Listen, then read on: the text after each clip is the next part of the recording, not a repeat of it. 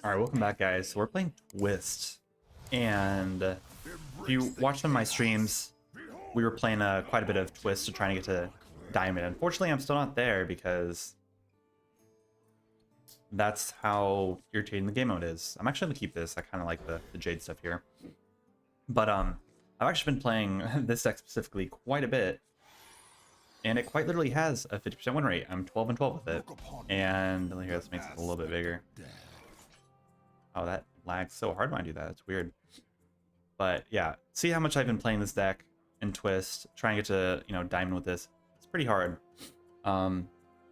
It's been a very emotional ride with this. Because it's only like, you play against only Jade Rogue, or you play against only Discord Warlock. I think we actually beat out Cthulhu Warrior. But I think this deck is good, and the reason why I'm highlighting this deck specifically, and why, even though I know probably a lot of you guys don't want to watch Twist because not a lot of people have the cards for it, but if you do want to play Twist, this deck is extremely cheap to play. It's a lot of commons and rares, and you have the epic here, and you have the legendary here, but honestly, you could replace those stuff out and find other stuff that would work for it.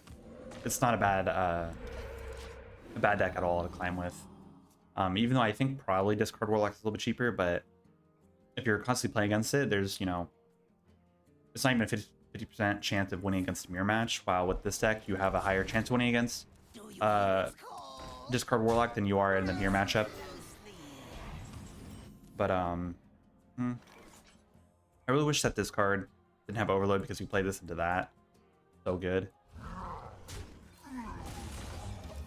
But, yeah, I think this deck is definitely something to consider crafting, or if you kind of played these sets back then and you had the cards but you never disenchanted them and you just don't want to play against, I got tired of playing just Jade Rogue. This one's a little bit more fun, especially with the buffs, all the Jade stuff. I definitely feel like it's a good combination of things. Okay, he's really taking advantage of these, so hopefully he does not have the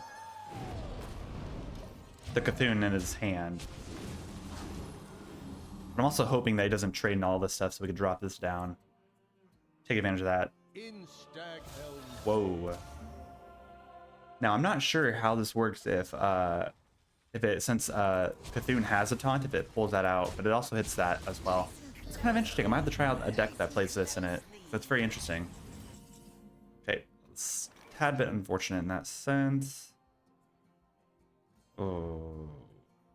I think we're going to do this. I don't really want to trade there, but we'll do this. That is a sad pull.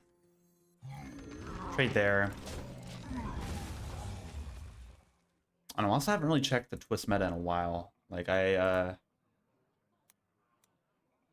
mean, you saw how much I was playing the list, and then I stopped for a little bit. Enzot Control Warrior. That's still top deck. Face Hunter.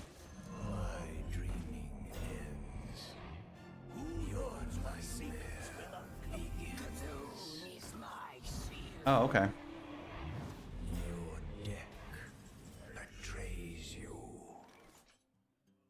So it does pull it out. He brands and plays that. Because it's kind of like another win condition in a sense. You can't draw it, might as well pull it from the deck. They also play the Death Lord, so there's 50-50. So he high rolled with getting that. I'm not even sure what other. Let's see, is there another that list specifically? Just a lot of Enzot Warrior, Face Hunter, Enzoth.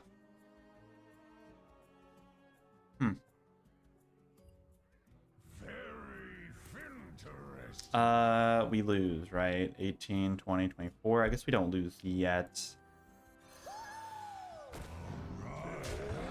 I don't know, we'll stay in it. He might have some type of damage. But it doesn't summon a copyright, it summons a taunt minion from your deck, so you can't draw it again. So it's already pulled out of the deck, so if you kill it, then it's just dead. So if you just hit the Death Lord, we'd be in a better situation here, but Oh, he's trading? I don't know if I agree with that, but...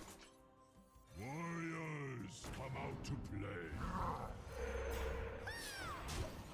We do just lose when I'm playing this out. This is very unfortunate for us. You also have to draw a bad guy and play it on turn 6 and hope that no one silences it, but... Man, that's lame.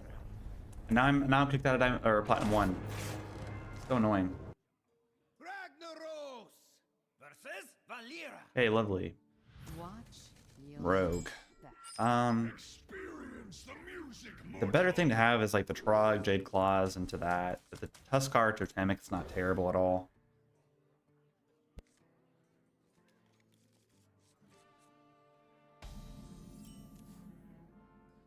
Especially when we're going first, having that opening is just really oppressive, but this is Jade Rogue. We just kind of hope that we outclass him with the Jade stuff.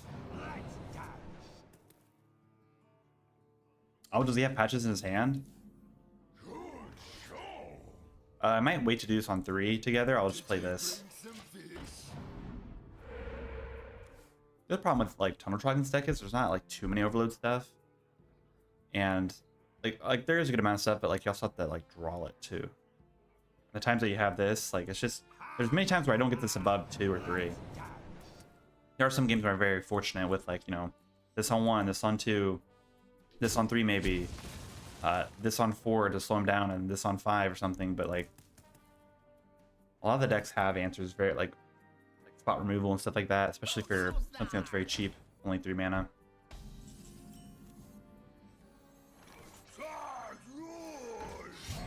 Okay.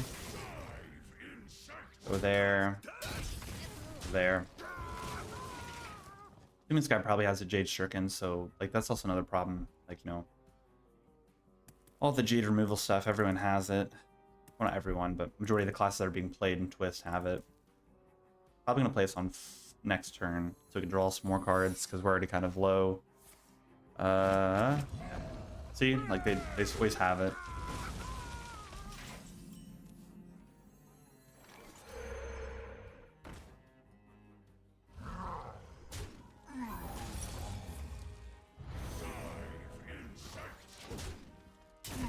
Yeah.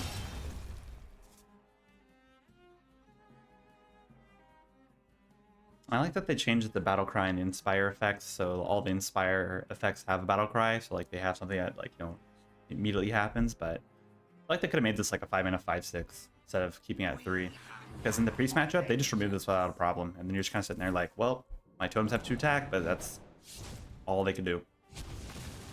It's a tad bit irritating too.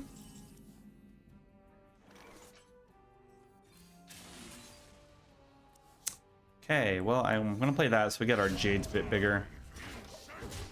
Follow up with our Jade stuff here. Also, like, Thing from Below and Totally Awesome, or Totally Awesome, Totally Totems. Having that, you know, on 4 into this is always really good and very oppressive. And then if you're able to follow up with that, you just win. But the games when that doesn't happen and they have answer for everything, you just kind of, you know, feel bad.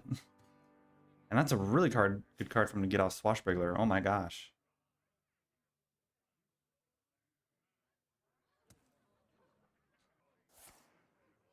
This video might not be a good showcasing of the deck if he's just going to get fortunate with all his Discover stuff, but we'll see. Yeah, if we don't have a way of removing that, we just kind of are sad. Could have played this, but I don't want to be overloaded next turn. I want to be able to play this and this over the next couple turns. And if I'm able to like top deck Sibley Totems on, you know, turn 9, play it into this, it's pretty good.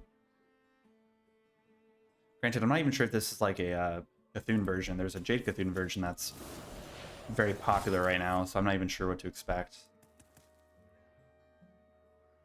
in that sense. But since he's playing Lotus Agent, I don't see Lotus Agent in the Cthulhu version, but we'll see. Oh my gosh. Edwin Van Cleave. What a card. Oh, and there's Bloodlust. Play that. I'm gonna poke there, hoping that I might top deck a Lightning Storm next turn. this deck has kind of evolved. I've added cards in, taken cards out, and I mainly put in the Lightning Storm for matchups like this and like against the mirror match, because sometimes if they are able to develop their totems faster, you just lose. But if you're able to, you know, get rid of them, then you just win. So there's many little things and little quirks to it that you gotta kind of work around. Okay, we're gonna have to trade our chieftain into this and then probably play another one of these. Probably with a Flame Tongue Totem too. Anything from below. I'm actually gonna tap. We'll do this. I'm glad this doesn't deal damage and freezes. Since it just freezes, it makes this a little bit better just to play by itself. He might also have another Jade, or yeah, Jade Shuriken. But next turn it could be like this and tap. Oh. Wow, off of that, really? That's irritating. That's not terrible, though. We'll follow up with this next turn, I think, and hope that we could be fine. It would be nice to get some draw, too. I mean, we do have another Pebbly Page. We'll draw some stuff as well. We do just run the one Ancestral Knowledge and the one Anti-Totem. Because originally the deck had 2 of these in there, and then, you know, it's just... people immediately remove it, and so you sometimes won't only get 1 draw, but I think that at least the chance of having 2 draws guaranteed is a little bit better than nothing. Okay, another Jade Spirit's actually a little bit better. Next turn we'll follow up with a Bloodlust, and that should be lethal. We didn't have it because that's, what, 10, 13, 16... yeah, it was 22 damage. Yeah, we didn't have lethal. Next turn we will. Even on board and then with the Bloodlust. There are some games when you like drop this on 4 and then the following turn you play this. Or like on turn 6 play this if they weren't able to remove it. You just win from that. Plays Insoth, okay. Well played. I guess. Okay, well we gotta win, so that's good.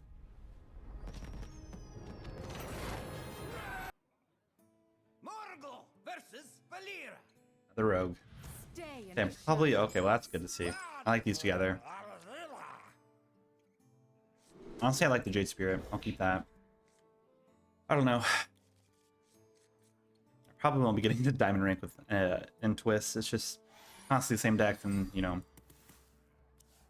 the extremely restricted meta is like fun in like theory, but with like some of the decks, it's just so oppressive compared to other stuff. It's annoying.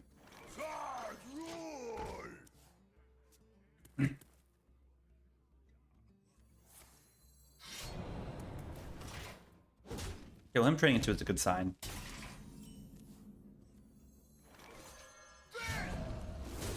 I'll go ahead and attack with the weapon. I think there's times when it makes sense to save it. But judging that he probably tapped and had to trade here, it might be a Cthulhu Rogue, and so they might not have a direct answer right away. Okay, like I thought. That's fine.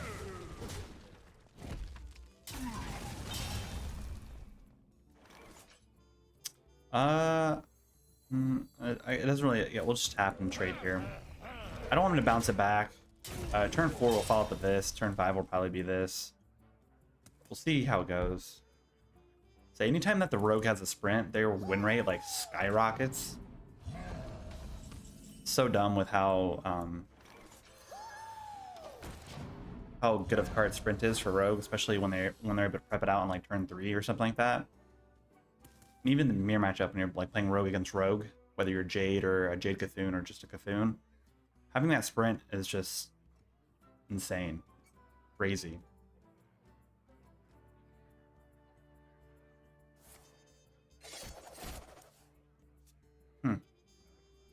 Trade there too. Okay. Oops, I broke a diamond. Manatide Totem's kind of interesting. Like the draw. He might not be able to remove it. Ooh, and we have totally awesome. Okay, so we play this into that next turn, and if all this stays here, we're set. And if we just draw our Bloodlust too, that'd be great.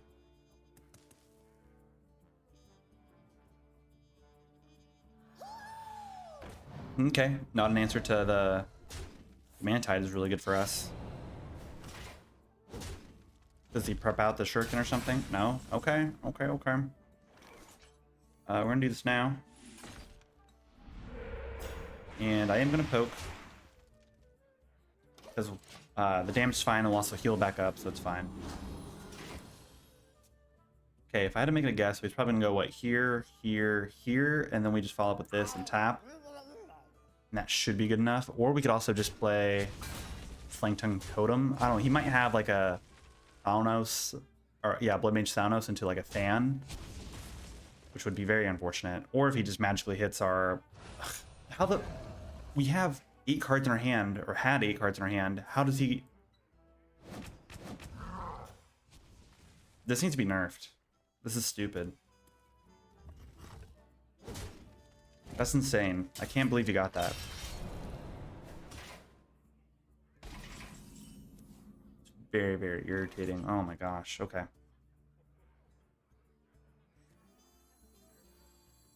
Does it make sense to just go ahead and Bloodlust here and just trade or something?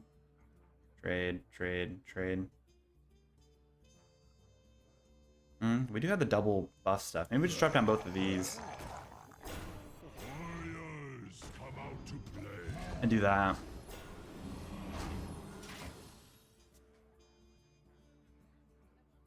Let's go as wide as possible.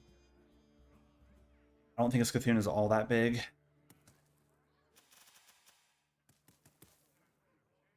Should be okay, I think. And you know, if he doesn't really do a lot of trading here, we can Bloodlust this, and this will probably just be lethal off of that as well. Now he has a sprint. Because he's going to have to, like, what, trade, and that's 6, 7, 9, 10, 11, 12, 13, 14, 15. Maybe we won't have lethal. Man, another Jade Shuriken. And a sap. Okay. Well, he's able to deal with this.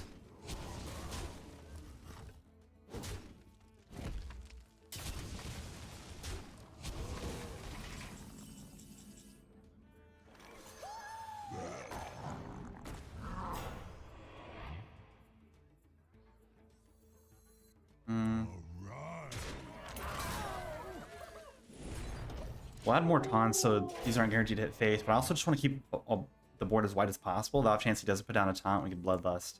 And I'm just trying to set up for that type of play.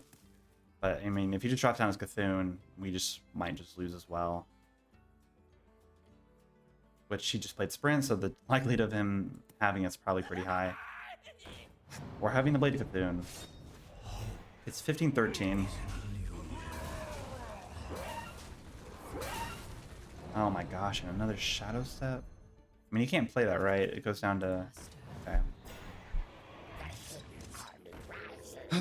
It's so annoying.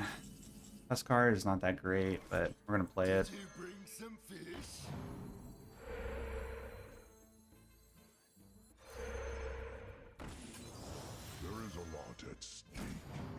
Guess we're just kind of hoping that he does not have answer for anything.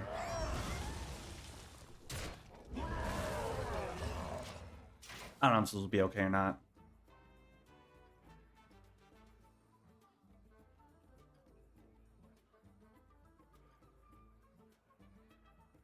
I guess if you're a big rogue player and you want to get like your 500 wins or your 1,000 wins with rogue, you should just come to Twist and just only play Jade Rogue. Or the Jade Cthulhu Rogue. Yeah, we just lose. We can't do anything here. Really? This will T? Okay, bro. I'm just gonna play it through. There's a chance that he might, you know, not get to his Cthulhu. It might be at the very bottom of his deck or something. I've had games where that's been the case, where it's unfortunate.